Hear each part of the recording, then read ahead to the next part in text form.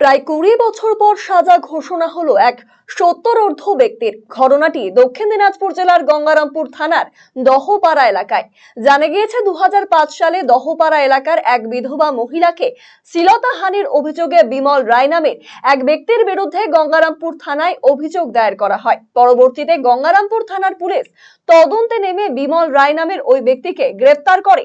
প্রায় 20 বছর তদন্ত চলার পর অবশেষে বৃহস্পতিবার বিকেলে গঙ্গারামপুর মহকুমা আদালতে এই মামলার সাজা ঘোষণা করে জুডিশিয়াল ম্যাজিস্ট্রেট মোস্তাক আলম।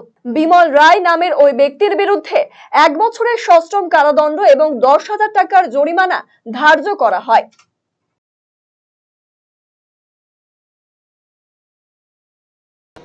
আসামি বিমল রায় আর আদার্স অনেক ছিল। 2005 সালের কেস, 8 না 2005, 465, এটা হচ্ছে 354, 323 এবং 506, 34 ধারায় এই মামলাটা ওদের কনভিকশন দেওয়া হয়েছে। সমস্ত সাক্ষী সবুত বিবেচনা করে, জবানবন্দি বিচার বিবেচনা করে কোর্ট এটাকে কনভিকশন দেয়। প্রত্যেকে 1000 টাকা করে ফাইন আর হচ্ছে 6 মাসের জেল। তো কোন এলাকার ঘটনা এটা? এলাকার ঘটনাটা হচ্ছে দহপাড়ার গঙ্গারামপুর পিএসআর আন্ডারে।